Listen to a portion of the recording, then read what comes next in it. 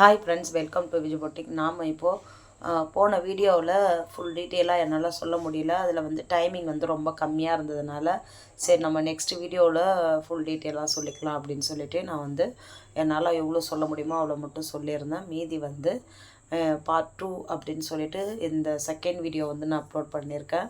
Video வந்து skip பண்ணாமல் பாருங்கள். இது வந்து ரொம்பவும் வந்து டைலரிங் கண்டென்ட்டுக்கும் யூஸ்ஃபுல்லானது தான். பெண்கள் வந்து என்னென்ன ஸ்ட்ரகிளை தாண்டி வந்துட்டு இருக்கோம், அதில் வந்து நம்ம என்னென்ன பிரச்சனைலாம் வந்ததுன்னா நம்ம வந்து இதன் மூலயமா நம்ம வந்து நமக்கு வந்தது அப்படின்னா அதை நம்ம தவிர்த்துட்டு போகலாம் அப்படின்றதுமே நீங்கள் டீட்டெயிலாக வந்து தெரிஞ்சுக்கலாம். அதனால தான் உங்கள்கிட்ட நான் அதை ஷேர் பண்ணிக்கிறேன். என்னுடைய ஃப்யூச்சரில் ஒரு கட்டத்துக்கு அப்புறம் வந்து ஒன்றும் செட் ஆகலை. கடன் அதிகமாகிடுச்சு. எனக்கு தெரியாமையே வந்து எங்கள் வீட்டில் வந்து கொஞ்சம் கடன் வாங்க ஆரம்பித்து அந்த கடனை கொடுக்க முடியாமல் ரொம்ப டிப்ரெஷன் அதிகமாகி என்ன பண்ணுறதுனே தெரியாமல் சொந்த பந்தம், அப்பா அம்மா, அவருடைய அப்பா அம்மா, என் சைடில் இருக்கிறவங்க யாருமே வந்து எப்படி சொல்கிறது, ரொம்ப அப்படியே ஸ்ட்ரெயிட்டாக சொல்லிடலாம் அப்படின்னு பார்த்தா கூட இவங்க எதனா ஒன்று ஆனாலும் எந்த பிரச்சனையும் இல்லை, நம்மக்கிட்ட வராமல் இருந்தால் சரிதான் அப்படின்ற கட்டத்துக்கு வந்துட்டாங்க. அப்படின்ற சூழ்நிலை இருந்தோம். அப்படியேப்பட்ட சூழ்நிலையுமே என்ன பண்ணுறதுன்னு ஒன்றும் புரியாமல் அப்போ தான் சரி நீங்கள் வந்து வெளிநாட்டுக்கு போயிடுங்க, நம்ம கொஞ்சம் பிரச்சனை கொஞ்சம் சரி பண்ணிக்கலாம் அப்படின்னு சொல்லி அவங்கள வெளிநாட்டுக்கு அமுச்சிட்டு நான் என் பையன் பெரியவன் ஒன்று, அதுக்கப்புறம் சின்ன பையன், அதுக்கப்புறம் பாப்பா வந்து வயிற்றில் வந்து 6 மாதத்துக்கு குழந்த அவர் ஊருக்கு போகும்போது, அதாவது கன்சீவ் ஆனதே எனக்கு தெரியாது. எனக்கு எப்பயுமே பீரியட்ஸ் வந்து 3 மாதத்துக்கு 4 மாதத்துக்கு தள்ளி வரும். அந்த இதில் நான் விட்டுட்டேன். அப்புறம் பார்த்தா பாப்பா 4 மாதம் கன்சீவாக இருக்கிறேன் அப்படின்றது அதுக்கப்புறம் தான் தெரிய ஆரம்பிச்சு. அப்புறம் போய் எங்கேயோ அபார்ஷன் பண்ணுறதுக்கெலாம் போகணும். 4 தள்ளி போயிடுச்சு அப்படின்றதுனால ஒன்றும் பண்ண முடியாது அப்படின்ட்டாங்க. சரி இருந்துட்டு போட்டோன்ட்டு விட்டுட்டோம். அப்படியே தான் காலம் கடந்து போச்சு. பாப்பா 6 மாதம் வயிற்றில் இருக்கும்போது தான் அவர் வந்து வெளிநாட்டுக்கு போனார், துபாய்க்கு போனார். என்ன வேலைக்கு அப்படின்னு பார்க்க போனால் இங்கே வந்து எப்படி வந்து மேஸ்திரி கொத்தனார் வேலையோ அது மாதிரி அங்கே போய் தர போடுற வேலை தான் வந்து அங்கே வந்து செஞ்சிட்டு இருந்தாங்க.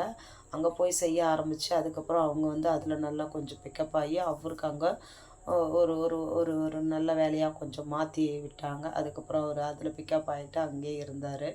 இவருக்கு கீழே 5 பேர் 6 பேர் விட்டுட்டு இவர் வந்து அதை வந்து பார்த்துக்குற மாதிரி அந்த மாதிரி ஒரு வேலை விட்டுருந்தாங்க. நல்லா வேலை செய்யறதை பார்த்துட்டு அப்போது இருந்தாங்க. அப்புறம் கொஞ்சம் கொஞ்சமாக வந்து நான் கொஞ்சம் கடத்தெல்லாம் அப்படியே கொடுத்துக்கிட்டு அப்படியே என்னுடைய உழைப்பை வச்சுக்கிட்டு இப்படியே தான் நான் பார்த்துட்டு இருந்தேன். அப்போது தான் என்னுடைய டைலரிங் ஃபீல்டை வந்து நான் தம்பி 5 மாதம் குழந்தையாக இருக்கும்போதுலேருந்தே நான் அதை பண்ணிட்டு தான் இருக்கேன்.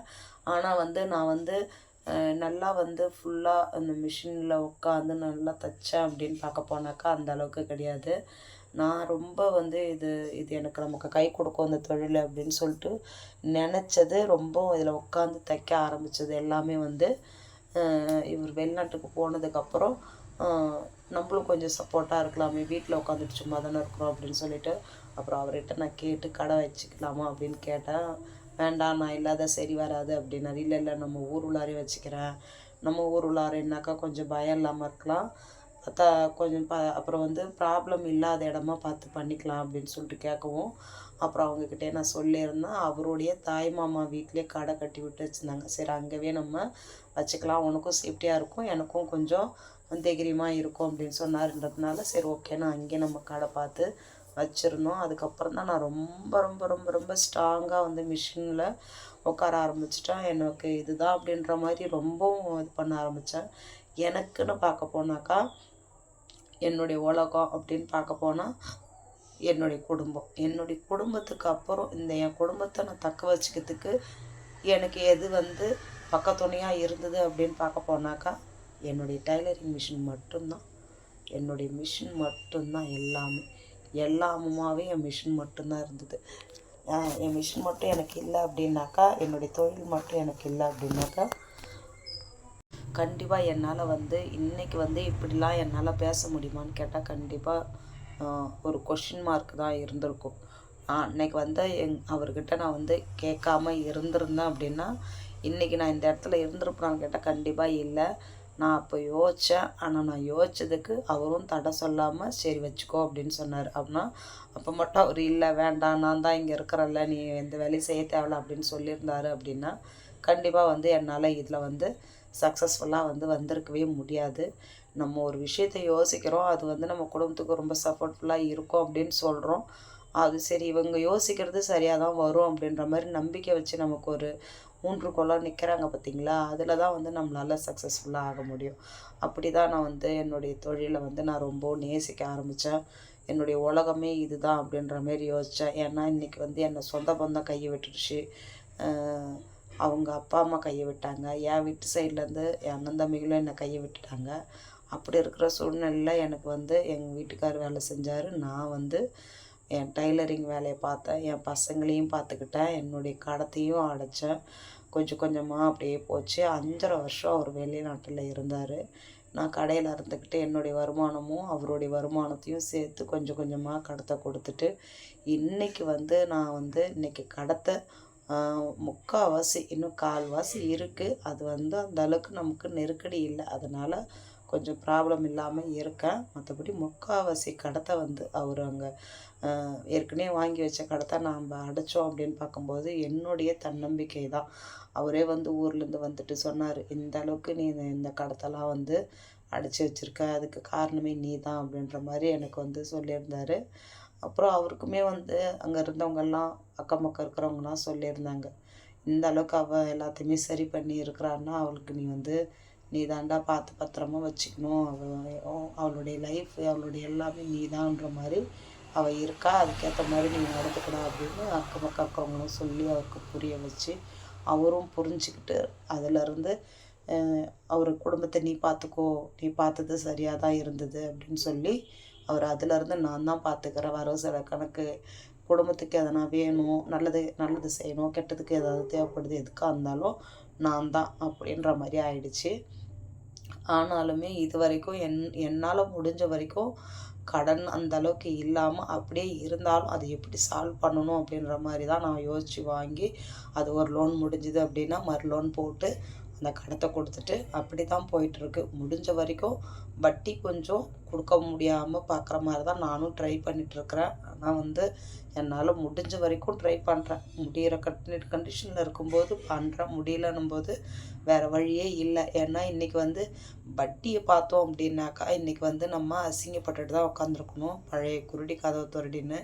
அதை பார்க்க தேவையில்ல. நம்ம வந்து இன்றைக்கி இந்த ரேஞ்சில் வந்து நிற்கிறோம் அப்படின்னும்போது நம்ம அன்னைக்கு வந்து யாரும் நமக்கு சப்போர்ட் பண்ணல, இன்றைக்குமே நமக்கு யாரும் சப்போர்ட் பண்ணல. நம்ம கடன் வட்டிக்காக இருந்தாலும் கடன் நமக்கு கொடுக்குறாங்க பார்த்தீங்களா, அவங்க கொடுக்கறதுனால மட்டும்தான் நம்மளால் வந்து இன்றைக்கி வந்து அந்த பிரச்சனையும் சரி பண்ணி நம்ம கொஞ்ச நாள் ஆனால் அந்த லோனுக்குன்னு ஏதாவது வாங்கி போட்டு அதை நம்ம கொடுத்துட்றோம். இப்படி தான் போயிட்டுருக்கு. நடுத்தர குடும்பத்தில் இருக்கிறவங்க முக்கால்வாசி குடும்பத்தில் இப்படி தான் போயிட்டுருக்கு. நிறைய பேர் சொல்லுவாங்க, என்னுடைய வீடியோவிலே அடிக்கடிக்கு கமெண்டில் கேட்டிருக்கேன், நானும் இந்த பிரச்சனையை பார்த்துட்டு வந்திருக்கேன், எனக்கும் அப்பா அம்மா இல்லை, நானும் இப்படிலாம் இருந்தேன் அப்படிலாம் போனேன் அப்படின்ட்டு நிறைய பேர் சொல்லுவாங்க. அதை கேட்கும்போது நம்ம மட்டும்தான் இப்படி இருக்கோம் அப்படின்ட்டு நான் நினைப்பேன். எனக்கு இதில் என்ன வருத்தம் அப்படின்னாக்கா, ப்ராப்ளம்ஸ் வரலாம், ஆனால் ப்ராப்ளமே வாழ்க்கையாக இருந்தது பார்த்திங்களா, இன்னமும் இருக்குது, இன்னமும் அதுக்கு ஒரு முற்றுப்புள்ளி இல்லை, இன்னமும் இருக்குது. ப்ராப்ளம் வந்து இருந்தால் தான் வந்து லைஃப்பை வந்து அடுத்த கட்டத்துக்கு தள்ளுறதுக்கு அது நமக்கு ஒரு வழிகாட்டும். நானே எனக்குள்ளாரே நான் மோட்டிவேட் ஆகிக்குவேன், இப்படி தான் எனக்கு நான் சொல்லிக்குவேன். ஆனால் ப்ராப்ளமே வாழ்க்கையாக இருந்தது அப்படின்னா அதை எப்படி நம்ம தான் கொண்டு போகிறது? தூங்கி ஏந்தாலே ஒரு பிரச்சனைனா டெய்லியுமே இப்படியே போயிட்டு இருந்ததுன்னா இதுக்கு ஒரு விடிய காலமே இல்லையா அப்படின்ற மாதிரி இருக்குது. கொஞ்சம் ஒரு பிரச்சனை முடிஞ்சுது அப்படின்னா அப்பாடான்றதுங்காட்டுமே இன்னொரு பிரச்சனை வருது. அந்த பிரச்சனை முடிஞ்சிட்டு பெருமூச்சு இழுத்து விடுறதுங்காட்டுமே இன்னொரு பிரச்சனை ரெடியாக வந்து தலைமோட்டில் நிற்கிது. இப்படி இருக்காதா, என்ன தான் பண்ணுறது சொல்லுங்கள் பார்க்கும். ஆனால் இந்த டைலரிங் வேலை மட்டும் இல்லை அப்படின்னா இவங்கெல்லாம் நம்மளை வந்து இந்த அளவுக்கு நம்மளை போட்டு வாட்டி வதக்கிறதுக்கும் நமக்கு வந்து சப்போர்ட் பண்ணுறதுக்கும் ஆளே இல்லை அப்படின்னு நம்ம உட்காந்துருந்தோம் அப்படின்னா கண்டிப்பாக வந்து நம்மளை தூக்கி சாப்பிட்டுட்டு போய்கிட்டே இருப்பாங்க. சொந்தமாக இருந்தாலும் சரி தான், பந்தமாக இருந்தாலும் சரி தான், இல்லை நம்ம பழகினவங்களாக இருந்தாலும் சரி தான். பணங்காசு இல்லை அப்படின்னா நம்ம வந்து நம்ம வீட்டை பெருக்கி கூட்டின குப்பையை எடுத்துகிட்டு போய் நம்ம எங்கே கூட்டுறோமோ அது மாதிரி நம்மளை ஒரு மூளை காட்டி நம்மளை ஒரு பொருட்டாகவே மதிக்க மாட்டாங்க. பணம் மட்டும்தான் இந்த காலகட்டத்தில் மதிப்பு, மற்றபடி ஒன்றுமே இல்லை. இப்போ பாருங்கள், நான் எவ்வளோ கஷ்டப்பட்டு என்னுடைய வருமானத்தில் நான் சம்பாதிச்சு ஒரு 2 பவுனில் ஒரு சரடு எடுத்து என் கழுத்தில் போட்டிருக்கேன். இந்த சரடை போட்டதுக்கப்புறம் தான் இந்த தெருவில் இருக்கிறவங்களே ஒரு 4 பேர் எங்ககிட்ட பேச ஆரம்பித்தாங்க. அந்த மாதிரி ஒரு ப்ராப்ளம்லாம் வந்து இந்த இந்த கலிகாலத்தில் இருக்க தான் செய்யுது. ஏன்னா இன்றைக்கி வந்து பணம் காசு இருக்கணும், கௌரவமாக இருக்கணும், நகை நட்டு போட்டிருக்கணும். அப்போ தான் வந்து 4 பேர் பார்க்குறாங்க, நம்மக்கிட்ட பேசுகிறாங்க. அந்த மாதிரிலாம் இருக்குது. நம்மளுடைய ஆடம்பரமாக இருக்கணும் அப்படின்னு நினைக்கிறோம் பார்த்தீங்களா, அது நம்மளுடைய ஆடம்பரம் கிடையாது. நம்மளை பார்க்குறவங்க நம்மளை இப்படி தான் பார்க்குறாங்க, நம்மக்கிட்ட இப்படி தான் கேட்குறாங்க. நீ சம்பாதிக்கிற, உங்கள் வீட்டுக்கார் சம்பாதிக்கிறாரு, நீ ஒன்றுமே ஒரு பொருளுமே வச்சு இல்லையா அப்படின்னு கேட்குறாங்க. யாருக்கிட்ட இல்லாமல் இருக்கும், யாருக்கு ஆசை இல்லாமல் இருக்கும்? ஒரு பொண்ணாக பிறந்தவ, அவளுக்கு ஒரு ஆசை பாசம் கஷ்டம் துன்பம் எல்லாமே இருக்க தான் செய்யும். அப்படி இருக்கும்போது எனக்குமே அந்த ஆசைலாம் இருக்குது தான். என்ன பண்ணுறது? நமக்கு பிரச்சனையை சரி பண்ணிட்டோம் அப்படின்னா அதுக்கப்புறம் நம்ம சம்பாரித்து வாங்கிக்கலாம். நம்ம கையில் தொழில் இருக்குது, இன்றைக்கி இல்லைன்னா நாளைக்கு சம்பாரித்து வாங்கிக்கலாம். இப்படி தான் நான் ஓட்டிகிட்டு வரேன். ஒவ்வொரு மாதமும் ஒரு மாதத்தில் 1ஆம் தேதி வந்தது அப்படின்னா அந்த 15ஆம் தேதி வரைக்கும் நரக வேதனை அனுபவிப்பேன். யார் துணியெல்லாம் வந்து கையில் உடனே காசு கொடுப்பாங்க, அந்த துணியெல்லாம் எடுத்து வச்சு தைச்சிட்டு உக்காந்துருப்பேன். எப்போது 25 தேதி ஆகிட்டாலே அந்த தேதியிலேருந்தே கண்டினியூஸாக தைக்கிற மாதிரி வச்சுருப்பேன். ஆனால் கடவுள் எனக்கு இருக்கான்ப்பா, அதை மட்டும்தான் நான் யோசிப்பேன். என் கைக்கு தெம்பை கூடப்பா, நான் எதுவுமே கடவுள்கிட்ட வேண்டும்போது கூட நான் எதுவுமே கேட்க மாட்டேன்.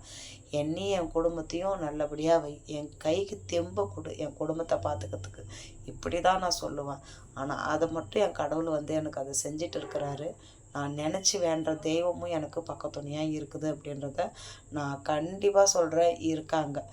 எதனால் அப்படி நான் இவ்வளோ ஒரு இதாக சொல்கிறேன் அப்படின்னா, இன்றைக்கி வந்து நம்ம வீடுங்களில் தைக்கிறோம், ப்ளவுஸ் ஸ்டிச் பண்ணுறோம். அப்படி இருக்கும்போது நல்லா ஸ்டிச் பண்ணுறவங்களா இருந்தாலும் சரி தான், அது வந்து அதுக்கான நேரம் காலம் இதெல்லாம் இருக்குது. உடனேலாம் பிக்கப் ஆகிடுவாங்களான்னு கேட்டால் ரொம்ப கஷ்டம். இன்றைக்கி நான் வீட்டிலேருந்து ஸ்டிச் பண்ணுறேன், ஆனால் என்னால் கடை வச்சு நான் ஸ்டிச் பண்ணுறதுக்கான துணி அந்த அளவுக்கு வருது. நான் வீட்டிலேருந்து ஸ்டிச் பண்ணுறேன்னு சொன்னால் யாராலையும் நம்பவே மாட்டாங்க. என்னால் முடியலன்னு தான் நான் ரெஸ்ட் எடுத்தாலும் எடுப்பேனே தவிர, எனக்கு வேலை இல்லை அப்படின்னு நான் ரெஸ்ட் எடுக்கவே மாட்டேன். எனக்கு வேலை எப்பயுமே இருந்துக்கிட்டே இருக்கும். எந்த நாள்லேயும் வேலை இருக்கும். நமக்கு எது உடனே கைக்கு காசு வருமோ அதை தான் நான் எடுத்து வச்சு தைப்பினே தவிர, மற்றபடி எனக்கு வேலை இல்லை அப்படின்ற பட்சம்லாம் கிடையாது. நாளைக்கே கூட எனக்கு ஒரு 1000 ரூபாய் தேவைப்படுது அப்படின்னா இன்றைக்கி நைட்டு உட்காந்து நான் அதை தச்சு வச்சுட்டு கால் பண்ணோம் அப்படின்னா காலைல வந்துடுவாங்க. இப்போ கூட பாருங்கள், நாளைக்கு திங்கக்கிழமை அன்னைக்கு ஒரு 3700 ஒரு லோன் கட்டணும். அந்த லோன் கட்டுறதுக்கு ஒருத்தவங்க துணி தச்சு வச்சுருக்கேன். ஏற்கனவே நான் ஒரு 1500 வச்சுருக்கேன். அப்போது மீதி குறையிறதுக்கு நான் ப்ளவுஸ் வந்து இன்றைக்கி காலையிலேருந்து ஈவினிங் வரைக்கும் தைச்சி வச்சுருக்கேன். அதை கால் பண்ணி சொன்னேன், 8 மணிக்கு வந்து வாங்கிக்கிறேன் அப்படின்னு சொல்லிட்டாங்க. அப்போது இது எனக்கு கன்ஃபார்ம், ஓகேங்களா? நாளான்னைக்கு நான் அந்த டீவை போட்டுற முடியும். இப்படி தான் என்னுடைய குடும்பத்தை வந்து நான் வந்து மேனேஜ் பண்ணிட்டு போயிட்டுருக்கிறேன். எனக்கு இதில் தாங்க முடியாத ஒரு மன வருத்தம் என்ன அப்படின்னாக்கா, இவ்வளோ கஷ்டத்தையுமே நான் தாங்கிக்கிட்டு வரேன். இந்த கஷ்டத்தெல்லாம் எனக்கு சொல்லி அழுவுறதுக்கோ சொல்கிறதுக்கோ எனக்குன்னு ஒரு ஃப்ரெண்டுன்னு ஒருத்தவங்க கிடையாது, அம்மான்னு இல்லை, ஒரு ஆறுதலாக பேசுகிறதுக்கும் ஒரு ஆள் இல்லை. அதுதான் எனக்கு ரொம்ப ரொம்ப கஷ்டம். மனசு ரொம்ப வலிக்குது. இப்போ நான் சொல்லிகிட்ருக்கேன், எனக்கு என்னை மீறி கண்ணது தண்ணி வருது. எனக்கு 1000 கஷ்டம் இருக்குது. கஷ்டம் இருந்தாலும் இந்த கஷ்டத்தை நம்ம ஃப்ரெண்டுக்கிட்ட சொன்னோம் அப்படின்னா நம்ம மனசு கொஞ்சம் ரிலாக்ஸ் ஆகும் அப்படின்ற மாதிரி இருக்கும் பார்த்தீங்களா? அந்த இதே என்கிட்ட கிடையாது. அந்த அந்த அதுக்குன்னு ஒரு ஆளே எனக்குன்னு கிடையாது. ஒரு ஃப்ரெண்டுன்னா என்ன அப்படின்ற மாதிரி தான் இருக்கும். அதெல்லாம் பார்க்கும்போது அப்படியே ஒரு அதிசயமாக பார்ப்பேன். அந்த மாதிரிலாம் ஃப்ரெண்டு இருக்காங்க அப்படின்னா அதிசயமாக பார்ப்பேன். ஒரு அம்மா ஒரு பொண்ணுக்கிட்ட பேசிகிட்டு இருக்கிறாங்க, அதனுடைய உணர்வை பார்க்கும்போது அது ஒரு அதிசயமாக பார்ப்பேன். அதில் ஒரு ஏக்கம் தெரியும், அதனுடைய வலி எனக்கு புரியும். அதுக்கோசமே தான் நான் வந்து என்னுடைய லைஃப்பில் என்ன ஒரு பிரச்சனை வந்தாலும் தாங்கிக்கின்னு போயிட்டுருக்குறேன். இது என்னோட முடிஞ்சிடணும், என் பிள்ளைங்களுக்கெல்லாம் இந்த கஷ்டம்லாம் இருக்கக்கூடாதுன்னு பார்த்து ஒன்றுத்தையும் செஞ்சுட்டு இருக்கிறேன். கண்டிப்பாக என்னாலேயும் மீண்டு வர முடியும்னு நம்பிக்கை அதிகமாகவே இருக்குது. சக்ஸஸ் ஆகி காட்டுவேன். கண்டிப்பாக முடியும், என்னால் முடியும்னு என் குடும்பத்துக்கு நான் தெம்பு கொடுத்தேன் அப்படின்னா கண்டிப்பாக நான் அதை சக்ஸஸ்ஃபுல்லாக ஆக்கி காட்டுவேன். அந்த நம்பிக்கை எனக்கு இருக்குது. தன்னம்பிக்கை அதை விட ரொம்ப இருக்குது. முயற்சியை விடாமல் செஞ்சுக்கிட்டே தான் இருக்கேன். அதுபோல் நீங்களுமே வந்து உங்களுடைய முயற்சியை வந்து விட்டுறாதீங்க. முடியும், நம்மளால முடியும்னு தன்னம்பிக்கையோடு இருங்க. இந்த வீடியோ பிடிச்சிருக்கு அப்படின்னா லைக் பண்ணுங்கள், ஷேர் பண்ணுங்கள், கமெண்ட் பண்ணுங்கள்.